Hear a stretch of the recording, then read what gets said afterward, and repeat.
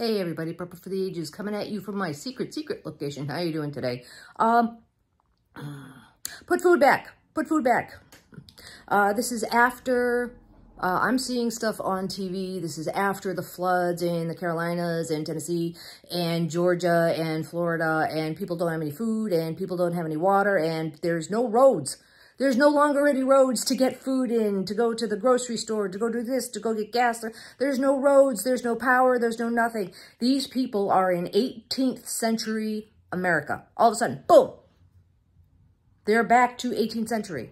They're not going to get power. They're not going to get gas in. They're not going to get power in. They're not going to get propane. They're not going to get their medications in. They're not going to get, they don't have any roads to truck in the food. They don't have any roads to truck in water. They don't have any roads to truck in medication, like everyday medication. They don't have any roads to get medication because people are going to start to get dysentery and just these all horrible diseases, waterborne diseases, cholera, dysentery, all those nasty things that bad water gives you, like bad water, poop in it, all this stuff, chemicals. And I'm like sitting there, you know, I saw it coming.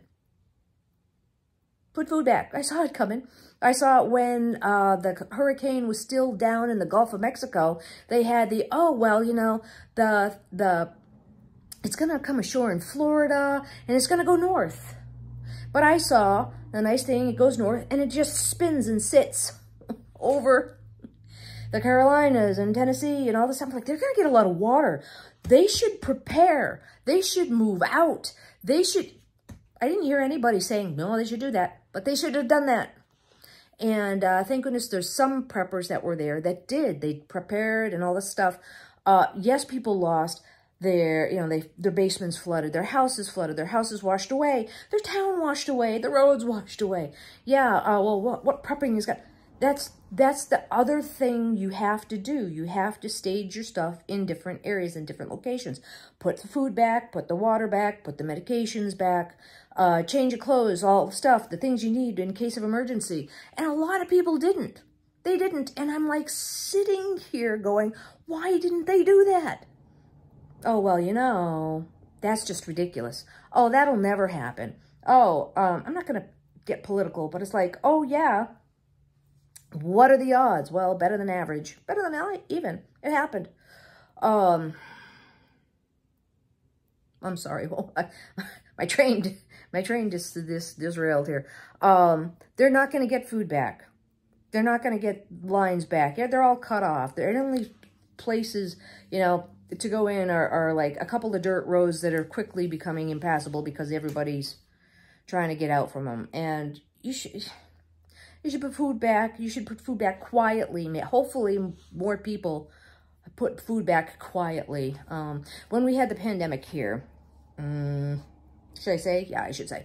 When we had the pandemic here, we had people starting to say, oh, all the food is gone from the stores. And they started to float the idea. It was just a few, but they started to float the idea on social media that all the preppers took the food from the shelves. So we have to go get the police to go. We have to go mob, get the police, do everything to get the food back that all the preppers took. Really? Seriously? Anyway, so I'm mad about that. And it simmered down because the food was replenished on the store shelves. So that simmered down. They don't have that. Food's not going to be there for months. Food needs to be either flown in by helicopter or, you know, they have to figure out how to repair at least the main roads, the main highways, to get the trucks of food in. But they don't have that. So I'm wondering if it's going to be every person for themselves. And people don't have ethics these days. They don't have morals. They don't have ethics. So what are you going to see? You're going to have mobs start when they start. After they mob the supermarkets, they're going to mob people's houses that they think have food. They're going to mob them. They're going to rob them. Why? Because mob mentality wins. Mob mentality is a special thing where you have the great thing of, you don't have the illusion of not being personally responsible. oh, the mob's doing it, not me. Well, you're in the mob, you're doing it. And people rarely come to their senses in the middle of a mob. So, yeah, it'll be interesting to see what happens over the next few days, few weeks, few months, because fall's coming. Fall is coming. They have no power and fall's coming. They have no way to get propane. They have no way to get gasoline. I've seen a very few people have enough gasoline to cut the trees off the road and just start going down the road and cut the trees because the neighbors can't get out, and they're doing it out of the goodness of their hearts. But a lot of other people, they're just sitting at home going, where's FEMA? Well, where's government? You're on your own. You're on your own for a while. And I'm sorry to tell you this if you get this, but you're on your own. So so let everyone else learn this lesson of put some food back. Keep it up. Keep it stored in different places. And just be careful. So, all right, I'll get off my high horse, but it's something I really needed to talk about.